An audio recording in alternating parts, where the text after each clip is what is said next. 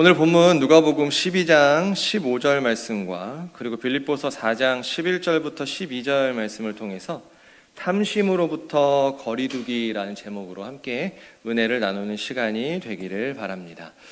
우리 장로님께서도 기도해 주셨지만 제가 무사히 캄보디아 세미나를 잘 마치고 금요일날 이렇게 속초에 복귀했습니다. 우리 성도님들 많이 관심 가져주시고 기도해 주셔서 진심으로 감사의 말씀을 드립니다. 그래서 제가 이제 그 캄보디아 세미나 이제 출국을 하게 되는데, 제가 아까도 장로님하고 권사님한테 말씀을 드렸었는데, 제가 여권에 문제가 생겨가지고 그 오전 비행기를 못 탔어요. 못 타가지고 어떻게 해야 되나 이제 고민을 많이 했다가 다행히도 이제 저녁에 또 비행기가 마침 있어서 그걸 타고 넘어갔어요. 근데 이제 거기 직항이 없다 보니까 이제 베트남에서 이제 환승을 해야 되는데, 제가 새벽 1시에 베트남 공항에 도착해서 그 다음 비행기가 7시 반인 거예요. 그러니까 이제 그 공항에서 제가 밤을 꼴딱 새야 되잖아요. 그러면서 제가 많은 것을 깨닫게 됐어요. 내가 세미나를 준비하는 내 마음이 온전하지 못했나 보다. 그러면서 제가 그 공항에 새벽에 한 6시간 정도 이렇게 혼자 이렇게 있으면서 마음속으로 굉장히 많이 회개를 했어요.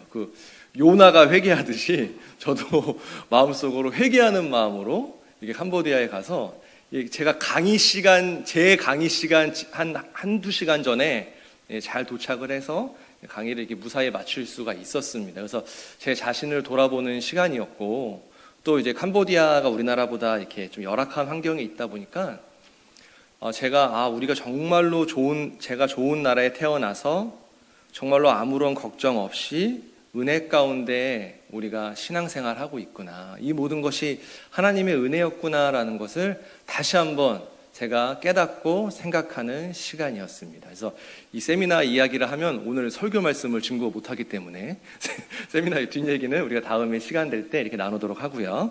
자, 오늘 본문 말씀을 통해서 탐심으로부터 거리두기라는 제목으로 함께 은혜를 나누실 텐데요. 우리가 언제 있었죠? 코로나가? 제 기억에는 2020년에 이제 코로나가 대유행하기 시작했습니다. 그래서 이 코로나 시기에 우리가 한 가지 규칙이 있었는데, 그것은 바로 거리두기였어요. 그렇죠? 이 성전 안에서도 몇 명만 들어가서 예배 드릴 수 있다. 그리고 식당에서도 몇 명만 들어갈 수 있다. 이렇게 거리를 두는 그런 거리두기를 우리가 시행했던 걸로 기억이 납니다. 그러면 그 당시에 코로나 바이러스가 창궐했던 그 당시에 우리가 왜 이렇게 거리두기를 했을까요? 그 이유는 바로 서로 전염되지 않기 위해서 우리가 거리두기를 실시했습니다.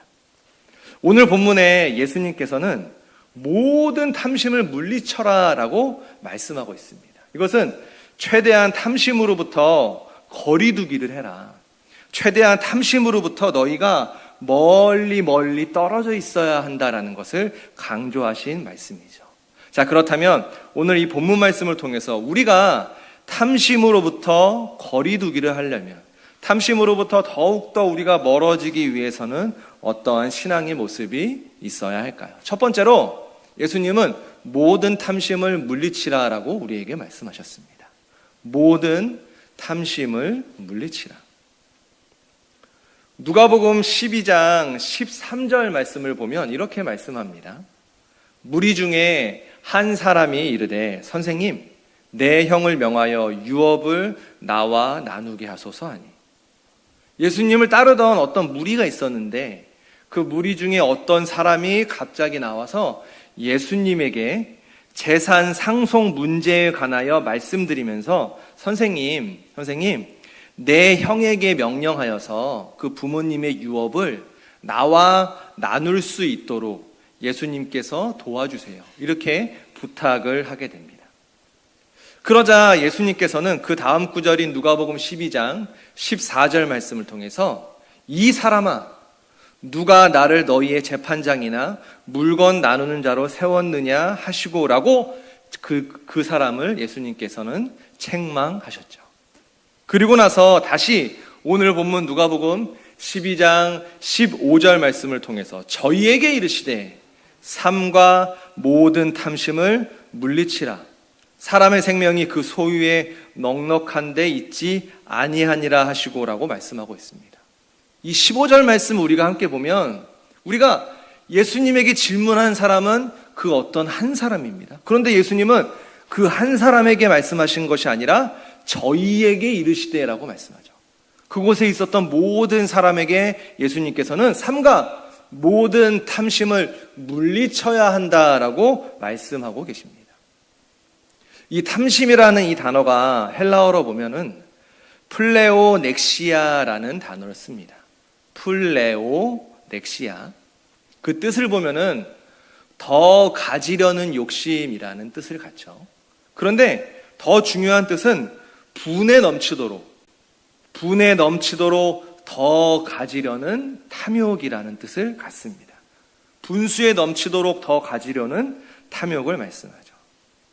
그리고 15절 말씀을 우리가 다시 한번 보면 예수님께서는 이 탐심 앞에 모든이라는 표현을 붙이셨습니다. 이것은 하나님께서 허락하신 것 외에 더 가지려는 모든 유형의 탐심을 우리가 물리쳐야 한다라는 것을 말씀하고 있죠. 또한 이 물리치라라는 것은 헬라어로 필라소라는 단어를 씁니다. 헬라어 필라소. 이것은 지키다, 보호하다, 감시하다라는 뜻을 갖는 헬라어 단어죠. 지키다, 보호하다, 감시하다. 이러한 뜻으로 볼 때 모든 종류의 이 과도한 탐심으로부터 내 자신을 철저하게 우리가 감시해야 된다. 내 자신을 철저하게 지키고 그 탐심으로부터 내 자신을 철저하게 보호해야 한다라는 것을 말씀하고 있죠. 예수님께서는 오늘 이 본문의 사람에게 형제 간의 화목, 가족 간의 화목보다 재산을 한 푼이라도 더 챙기려는 그 마음속의 탐심이 잘못됐다라는 것을 지적하셨던 것입니다. 그런데 이 예수님께 질문한 이 사람의 모습이 더 악한 것은 바로 자신의 원하는 바를 얻기 위해서 이 재산 상속의 문제를 예수님에게 부탁하는, 그러니까 예수님의 권위와 예수님의 그 명성을 이용해서 자신의 탐심을 채우려고 했다라는 사실이죠. 이처럼 이 탐심, 이 탐욕, 이 탐심과 이 탐욕은 믿음의 형제들을 이용하는 것뿐만 아니라 할 수만 있다면 살아계신 하나님을 이용해서라도 자기 욕심을 채우려는 아주 파렴치한 마음이 들게 하는 것이 바로 탐심의 모습입니다. 이러한 탐심이 가득한 사람에게 예수님께서는 비유로 말씀하고 계십니다. 만족할 줄 모르는 이 어리석은 부자에 대해서 비유로 말씀하셨던 것이죠. 오늘 본문의 누가복음 12장 15절 이후의 말씀, 다시 말하면 16절부터 20절까지의 말씀을 우리가 쭉 보면은 한 부자가 수학을 마치고 결산을 했습니다. 그런데 결산을 해보니까 대풍년의 결과를 얻었던 거죠. 그러니까 원래 부자였는데 그 부자가 더 큰 부자가 되었다라는 것을 성경은 증거하고 있습니다. 이 어리석은 부자는 자기 소유가 쌓아둘 곳이 없을 정도로 차고 넘쳤다라고 성경은 증거하고 있습니다. 그런데 이 부자는 단 한 푼도 어려운 사람을 위해서 나누어 줄 모르는 지독한 탐욕자였습니다. 그리고 하나님께서 복을 쏟아 부어 주셨지만 하나님 앞에 감사치 않는 하나님 보시기에 사기꾼이었고 도둑이었습니다. 이러한 어리석은 부자의 모습은 가진 소유가 늘어나면 늘어날수록 그 마음속에는 오직 나만 생각하는, 내 자신만 생각하는 탐욕으로 가득 찬 사람의 전형적인 모습을 이 어리석은 부자를 통해서 예수님께서는 말씀하셨던 것이죠. 이러한 끝도 없는 탐욕의 사람에게 예수님께서는 이렇게 말씀하셨습니다. 누가복음 12장 20절 말씀을 통해서 하나님은 이르시되 어리석은 자여 오늘 밤에 내 영혼을 도로 찾으리니 그러면 내 예비한 것이 누구의 것이 되겠느냐라고 말씀하셨던 거죠. 분명히 그 전의 구절을 보면 누가복음 12장 19절 말씀에 이 19절 말씀은 이 어리석은 부자의 고백입니다. 부자는 이렇게 말합니다. 또 내가 내 영혼에게 이르되 영혼아 여러 해 쓸 물건을 많이 쌓아두었으니 평안히 쉬고 먹고 마시고 즐거워하자 하리라 하되. 이렇게 부자는 고백하고 있습니다. 근데 여기서 중요한 포인트가 있습니다. 분명히 19절 말씀을 보면 부자는 여러 해 동안이라고 말씀합니다. 여러 해라고 말씀하고 있습니다. 그런데 20절 말씀, 그 전의 구절인 20절 말씀을 함께 보면은 분명히 예수님께서는 반대로 오늘 밤이라고 말씀하고 있었다는 사실이죠. 어리석은 부자가 여러 해 동안 자신의 향락을 누리려고 모든 것을 계획했지만 오늘 밤에 하나님께서 그 영혼을 취하시면 이 부자의 여러 해 동안 계획한 그 계획은 아무것도 아니게 된다라는 것을 성경은 말씀하고 있습니다. 하나님께 감사치 않는, 그리고 이웃을 사랑하지 않는 끝도 없는 탐심이 얼마나 더덥고 얼마나 헛되고 얼마나 허무한 것인지 성경은 다시 우리에게 말씀하고 있죠. 그래서 시편 기자는 시편 49편 17절 말씀을 통해서 저가 죽음에 가져가는 것이 없고 라고 말씀합니다. 우리가 죽으면 가져가는 것이 없다라고 성경은 정확하게 말씀하죠. 디모데전서 6장 7절 말씀을 통해서 우리가 세상에 아무것도 가지고 온 것이 없음에 또한 아무것도 가지고 가지 못하리니라고 말씀합니다. 우리가 이 땅에 태어날 때 적신으로 태어났기 때문에 우리가 이 땅에서 떠날 때도 이 땅에 있는 돈 한 푼도 그 어떠한 것도 옷 한 벌도 가져갈 수 없다라고 성경은 정확하게 말씀하고 있죠. 이처럼 성경은 아주 일관되게 우리가 죽으면 이 세상에 그 어떠한 것도 가지고 갈 수 없다라는 것을 분명하게 말씀하고 있습니다. 그럼에도 불구하고 우리는 하나님이 나에게 주신 것에 만족하지 못하면서 하나님 보시기에 끝도 없는 탐심을 가지고 하루하루 살아갈 때가 매우 많이 있습니다. 그런데 정말 중요한 것은 교회 안에서도 이러한 탐심의 모습이 종종 드러난다라는 사실이죠. 하나님께서 허락해 주신 직분에 만족하지 못할 때가 있습니다. 그 직분에 만족하지 못하고 인간적인 생각과 인간적인 탐심으로 교회 안에서 자신이 보기에 더 높은 곳에 앉으려고 하는 그러한 탐심을 갖는 사람들이 종종 있습니다. 또한 같은 성도를 이용해서, 심지어는 말씀의 교회를 이용해서라도 자신의 사리사욕을 채우려고 하는 탐심의 모습이 우리의 신앙생활 가운데 있었다면 우리는 반드시 회개해야 될 줄 믿습니다.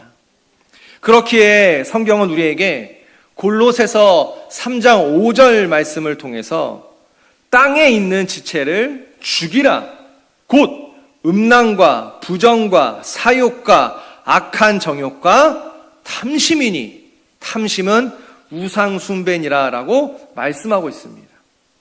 분명히 성경은 탐심은 우상숭배다라고 말씀하고 있죠.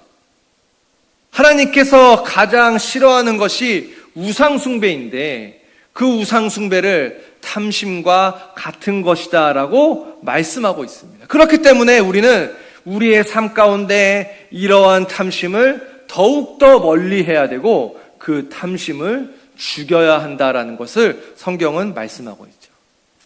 사랑하는 우리 말씀의 성도 여러분, 지금 우리의 모습은 어떠한가요? 우리는 만족하면서 살고 계신가요? 감사함으로 살고 계신가요? 오늘 이 시간부터 우리 말씀의 성도님께서 하나님이 주신 것에 만족하시고 하나님께서 허락하신 것 이외에 더 가지려는 하나님의 뜻과는 상관없는 모든 탐심을 다 물리치심으로 아버지가 보시기에 어리석은 사람이 아니라 지혜로운 사람으로 인정받으시는 우리 말씀의 성도님들 다 되시기를 주님의 이름으로 축원합니다. 자, 두 번째로 탐심으로부터 우리가 거리를 두려면 두 번째로 자족하는 삶을 우리가 살아야만 합니다. 두 번째로 자족하는 삶을 살아야 하죠. 오늘 본문 빌립보서 4장 11절 말씀에 내가 궁핍함으로 말하는 것이 아니라 어떠한 형편에든지 내가 자족하기를 배웠노니라고 말씀하고 있습니다. 내가 자족하기를 배웠노니. 이 자족이라는 뜻은 무엇일까요? 자족이라는 것. 이 자족이라는 뜻을 보면은 자기 스스로 충분히 만족할 줄 안다라는 뜻을 갖습니다. 이 자족이라는 단어는 자기 스스로 충분히 만족할 줄 안다라는 뜻을 갖죠. 그리고 사도 바울은 자신의 삶의 경험과 체험 속에서 배웠다라고 고백하고 있습니다. 배웠다. 빌립보서 4장 12절 그 다음 구절은 좀 더 구체적으로 사도 바울이 고백하고 있는데 내가 비천에 처할 줄도 알고 풍부에 처할 줄도 알아 모든 일에 배부르며 배고픔과 풍부와 궁핍에도 일체의 비결을 배웠노라라고 사도 바울은 이렇게 담대하게 고백하고 있습니다. 일체의 비결을 배웠노라. 일체의 비결을 배웠노라. 이 말씀을 새번역 성경에서는 그 어떤 경우에도 적응할 수 있는 비결을 배웠다라고 번역하고 있습니다. 그 어떤 경우에도 적응할 수 있는 비결을 배웠다. 사도 바울은 자신이 처한 지금의 상황과 그 모든 것에 불평하거나 원망하지 않았습니다. 아버지, 왜 이렇게 나를 힘들게 하세요? 왜 이렇게 이 상황이 나를 너무나 불편해할까요? 이렇게 사도 바울은 불평하거나 원망하지 않았다는 사실이죠. 오히려 이 모든 상황에 만족할 줄 아는 일체의 비결을 배웠고 그것이 사도 바울의 자족의 삶의 원천이 되었음을 성경은 증거하고 있습니다. 구약시대에 우리가 잘 알고 있는 야곱, 이 야곱 또한 삼촌 라반의 집을 떠나서 형 에서를 만났을 때에 야곱은 지금 자기 소유에 만족한다라고 고백했던 거죠. 창세기 33장 11절 말씀을 보면 하나님이 내게 은혜를 베푸셨고 나의 소유도 조카오니라고 야곱은 고백하고 있습니다. 야곱이 형 에서를 피해서 삼촌 라반의 집으로 도망갔을 때 야곱은 아무것도 없었습니다. 야곱은 혈혈 단신으로 삼촌 라반의 집으로 쫓기듯이 도망쳐갔죠. 그런데 시간이 지나서 야곱은 하나님의 강권적인 은혜로 말미암아 큰 부자가 되었습니다. 그래서 야곱은 자신에게 모든 것이 있습니다 라고 현재의 삶에 만족하는 이 자족하는 사람의 전형적인 모습을 우리에게 보여주고 있는 거죠. 사도 바울과 야곱이 이처럼 이 자족의 삶의 위대한 고백을 할 수 있었던 것은 그들이 인간적인 탐심이 없어서가 아닙니다. 사도 바울과 그리고 야곱도 우리처럼 인간이기 때문에 분명히 어떠한 욕심을 가지고 있었을 겁니다. 순간순간 일어나는 탐심과 욕심이 공존했을 겁니다. 그들이 인간적인 탐심이 없어서가 아닙니다. 시편 23편 1절에 말씀하신 것처럼 여호와는 나의 목자시니 내가 부족함이 없으리로다라는 이 말씀처럼 그들은 하나님이 함께 하시는 사람에게는 아무런 부족함이 없다라는 것을 그들은 깨달았기 때문에 자족하는 삶을 살 수 있었던 거죠.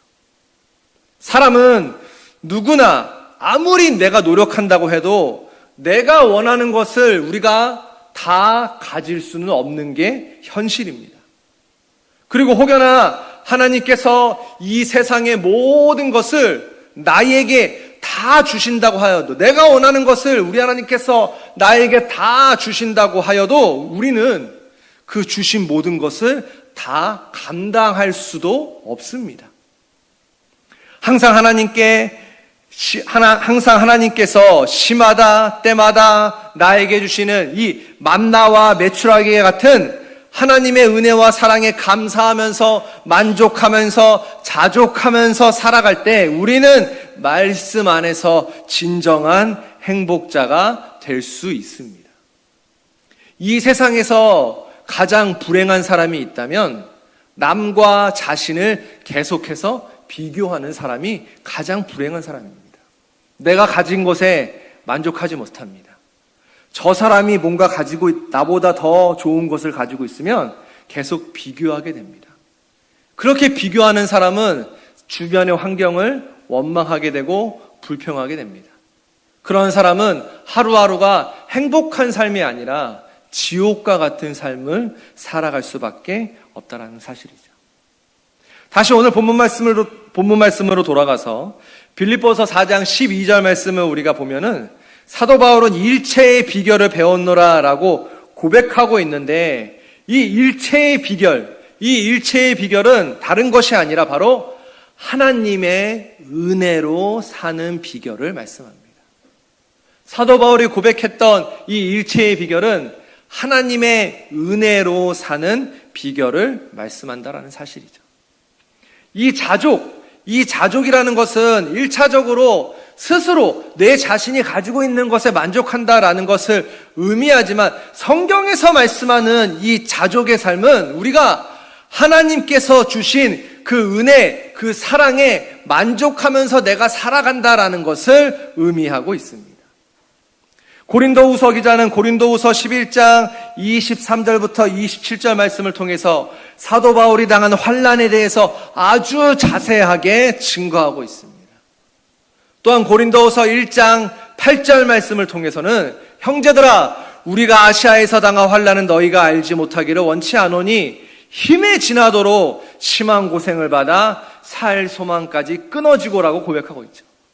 사도 바울의 삶이 힘에 지나도록 심한 고생을 받아 살 소망까지 끊어지는 견디기 힘든 환난의 연속적인 그러한 삶이었음은 성경은 우리에게 말씀하고 있습니다. 그런데 사도 바울은 이러한 환난의 연속적인 삶이었지만 고린도후서 4장 17절 말씀을 통해서 우리의 잠시 받은 환난에 경한 것이라고 고백하고 있죠. 사도 바울이 숱한 환난을 경험했지만 사도 바울은 그 환난들을 내가 잠시 받는 가벼운 환난이다라고 사도 바울은 고백하고 있습니다. 이러한 고백을 사도 바울이 할 수 있었던 배경은 모든 것이 하나님의 은혜였다라는 하나님 제일주의 신앙을 사도 바울은 가지고 있었기 때문이죠. 우리가 잘 알고 있는 구절인 고린도전서 15장 10절 말씀, 하반절 말씀을 보면 내가 모든 사도보다 더 많이 수고하였으나 내가 아니요 오직 나와 함께 하신 하나님의 은혜로라. 오늘 이 시간 이러한 사도 바울의 고백이 우리의 고백이 될 줄 믿습니다. 우리의 삶 가운데 내가 경험한 고난과 환난은 어떻게 보면은 하나님 보실 때에는 매우 작은 환난과 고난일 수 있습니다. 그러나 우리는 그러한 작은 환난과 고난을 만났을 때에 지치기도 하고 쓰러지기도 하고 넘어지기도 하며 그 자리에 주저앉아 있기도 합니다. 이제까지 우리 하나님께서 나에게 쏟아부어 주신 그 은혜는 다 잊어버리고 감사하지 않고 불평과 불만 또한 더 가지려는 그러한 탐심으로 인해서 하나님을 원망하면서 악을 행할 때가 우리의 삶의 모습 가운데 종종 나타나기도 합니다. 그러나 오늘 이 시간 지금 내가 하나님의 자녀로 우리가 살 수 있고 오늘 이 시간 성전에 나와서 우리가 함께 찬양하고 예배하는 이 모든 삶의 연속이 당연한 것이 아니라 하나님의 은혜라고 우리가 고백하실 때에 우리 또한 사도 바울처럼 탐심이 없는 아버지가 기뻐하시는 자족의 삶을 우리 모두가 살아가실 줄 믿습니다.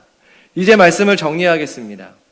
출애굽기 20장 17절 말씀을 보면 하반절 말씀에 무릇 내 이웃의 소유를 탐내지 말지니라 라고 말씀합니다. 내 이웃의 소유를 탐내지 말지니라.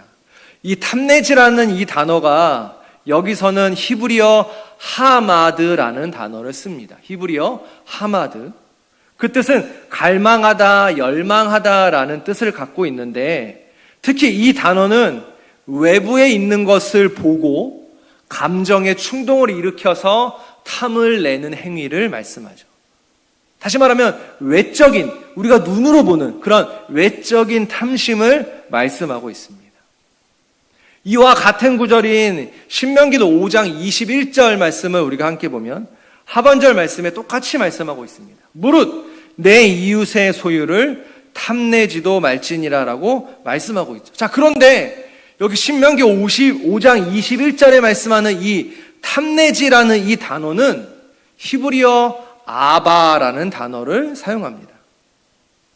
분명히 그 전구절인 출애굽기 20장 17절에 이 탐내지라는 단어가 히브리어 하마드였는데, 같은 말씀인데 신명기 5장 21절에 탐내지라는 이 히브리어 단어는 아바라는 단어를 사용하고 있다는 사실이죠. 이 아바라는 단어는 마음을 기울이다, 사모하다, 몹시 원하다라는 뜻인데, 이것은 마음속에 있는 욕망 때문에 생기는 탐심을 말씀합니다. 내적인 탐심을 말씀한다라는 사실이죠. 이렇게 탐심에 대한 두 가지 단어가 병행된 것으로 볼 때, 살아계신 하나님께서는 어떠한 사물에 대한 외적인 탐심뿐만 아니라 우리 마음속에 있는 내적인 탐심까지도 멀리해라, 금지하셨다라는 것을 성경은 우리에게 말씀하고 있습니다. 잠언 기자는 잠언 28장 16절 말씀을 통해서 탐욕을 미워하는 자는 장수하리라 라고 말씀합니다. 탐욕을 미워하는 자는 장수하리라. 이 말씀은 탐심을 멀리하는 자가 복을 받게 된다라는 의미와 같은 말씀이죠. 우리 함께 에베소서 5장 3절 말씀을 우리 화면에 나와 있는데요, 함께 우리 읽고 말씀을 마치도록 하겠습니다. 에베소서 5장 3절 말씀 우리 함께 읽겠습니다. 시작. 음행과 온갖 더러운 것과 탐욕은 너희 중에서 그 이름이라도 부르지 말라. 이는 성도의 마땅한 바니라. 할렐루야. 분명히 성경은 이러한 탐심으로부터 멀어지는 것이 성도의 마땅한 바다, 성도가 당연히 행해야 될 의무다라고 정확하게 말씀하고 있습니다. 이 말씀처럼 오늘부터 성도의 마땅한 의무인 탐심을 더욱더 멀리하시고 탐심으로부터 더욱더 거리두기를 하심으로 하나님께서 예배해 놓으신 그 모든 축복을 다 받아 누리시는 우리 말씀의 성도님들 한 사람 한 사람 되시기를 주님의 이름으로 축원합니다. 우리 함께 기도하시겠습니다. 사랑의 아버지 하나님, 감사합니다. 7월의 두 번째 주일을 맞이하여서 무더운 날씨지만은 우리 아버지 하나님을 만나기 위해서 우리 말씀의 성도님들 귀한 성전으로 이렇게 모일 수 있도록 인도하신 거 감사합니다. 사랑의 우리 아버지 하나님, 탐심은 우상 숭배와 같다라고 말씀하셨습니다. 예수님의 그 말씀처럼 우리 모두가 우리 마음속에 있는 모든 탐심을 다 물리칠 수 있도록 함께하여 주시옵소서. 우리도 사도 바울처럼 우리 하나님께서 주신 그 은혜와 사랑에 감사하면서 만족하면서 자족하는 삶을 살아가는 우리 말씀의 성도님들 다 될 수 있도록 역사하여 주시옵소서. 사랑의 우리 아버지 하나님, 주신 것에 감사하지 못하여 다른 사람과 남을 끊임없이 비교하는 그러한 불행한 삶을 살아가지 않도록 인도하여 주시고, 시마다 때마다 나에게 만나와 메추라에게 같은 그러한 폭포수와 같은 은혜를 우리에게 쏟아 부어주시는 줄 믿사오매, 사랑의 우리 아버지 하나님, 그 모든 것에 만족하며 살아가는 탐심으로부터 더욱더 멀어짐으로 말미암아 예배해 놓으신 그 모든 큰 축복을 다 받아 누리는 우리 귀한 성도님들 한 사람 한 사람 되실 수 있도록 축복하여 주시옵소서. 기도한 대로 하나하나 다 응답해 주심을 믿고 감사를 드리며 예수 그리스도의 이름으로 간절히 감사 기도드리옵나이다. 아멘. 하나님 앞에 영광의 박수 올려드립니다. 감사합니다.